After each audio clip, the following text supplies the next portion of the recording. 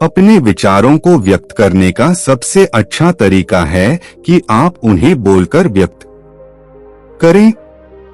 जीवन में एक अच्छा वक्ता होना जरूरी है, लेकिन कई जगह ऐसी भी रहती है जहां पर श्रोता बनना ज्यादा फायदेमंद साबित होता है। श्रोता का अर्थ है सुनने वाला। इसी का उल्टा वक्ता होता है, जिसका अर्थ है बोलने वाला। आप सोच रहे होंगे, क्या हम आपको एक श्रोता ही बनने को कह रहे हैं? जी नहीं। एक बढ़िया श्रोता बनना इसलिए जरूरी है क्योंकि आप किसी भी बात को जब पहले अच्छे से सुनेंगे तो ही आप एक बेहतरीन वक्ता भी बन पाएंगे। जब सामने वाला भरोसे के साथ आपको कुछ बताने के लिए बैठा होता है तो उस समय अगर आप उनकी बातों को ध्यानपूर्वक सुनेंगे तो आप उनका दिल जीत लेंगे। यह एक पुरानी कहावत है कि जो हद से ज्यादा बोलता है वह खुद ही अपनी इज्जत कम करवा देता है। जब सुनने की बजाय केवल बोलोगे तो आप दूसरों की परेशानियों को समझ नहीं पाओगे। हम आपसे यह नहीं कह रहे कि आप हर पल चुप रहो। हम तो बल्कि यह समझाने की कोशिश कर रहे हैं कि पहले आप सामने वाले को अच्छे से सुने और फिर बाद में ही बोलकर अपनी सही प्रतिक्रिया दें। यदि आप सिर्फ बोलना जानते हैं तो कतई सफल नहीं हो सकते। सुनना एक कला है जिसे अपने भीतर विकसित किया जाए तो इससे जीवन में सफलता की सीढ़ियां चढ़ना आसान हो सकता है। Winston Churchill. एक अच्छा श्रोता होने के गुण।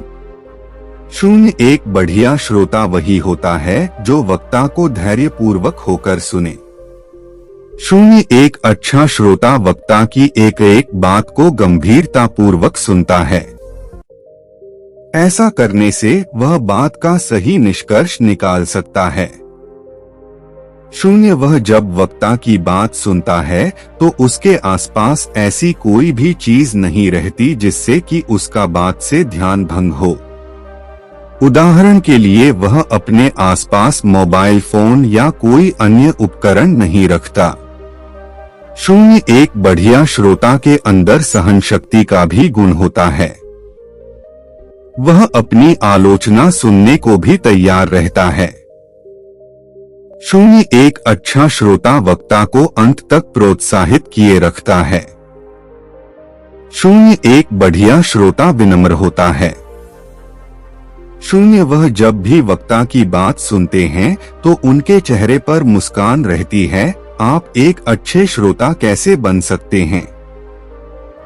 एक बोलने वाले की आंखों में देखते हुए बात सुने। आपने अक्सर यह सुना होगा कि जो आंख से आंख मिलाकर बात नहीं कर सकता उसे कमजोर माना जाता है। इसलिए हमेशा यह प्रयास करें कि जब भी आप किसी की बात सुन रहे हो तो उनसे आंखों का संपर्क लगातार बनाए रखें। हर 3 सेकंड बाद यह देखें कि आप उनकी तरफ देखकर उनकी बात सुन रहे हैं। 2 बोलने वाले की बात सुनने नन्हे के लिए जरूरी है कि उस समय पास में कोई बाधा डालने वाली चीज ना हो। हाँ, यह चीज बहुत जरूरी है। अगर आप किसी की बात सुनने के लिए बैठे हो तो इस बात का खास ख्याल रखो कि उस दौरान आप सचमुच में उनकी बातों को सुनने के लिए उत्साहित हो। अगर उस दौरान आपने गलती से भी मोबाइल फोन का इस्तेमाल किया या टीवी देखने का काम किया तो सामने वाले को लगेगा कि आप उनकी बातों में दिलचस्पी नहीं ले रहे हैं। 3 आपकी लगातार प्रतिक्रिया महत्व रखती है। एक अच्छा श्रोता होने के लिए यह जरूरी है कि आप बोलने वाले की बातों को गौर से सुनें। भले ही आपको उनकी पूरी बात याद ना रहे, लेकिन आप सदैव ही अंतिम शब्दों पर ज्यादा गौर करें। उनको अच्छी प्रतिक्रिया देने के लिए जी हाँ, सही कहा आपने, बिल्कुल सही जैसे शब्दों का अवश्य प्रयोग करें। ऐसा करने से सामने वाले के मन में आपके प्रति आदर सम्मान की भावना उत्पन्न होती है।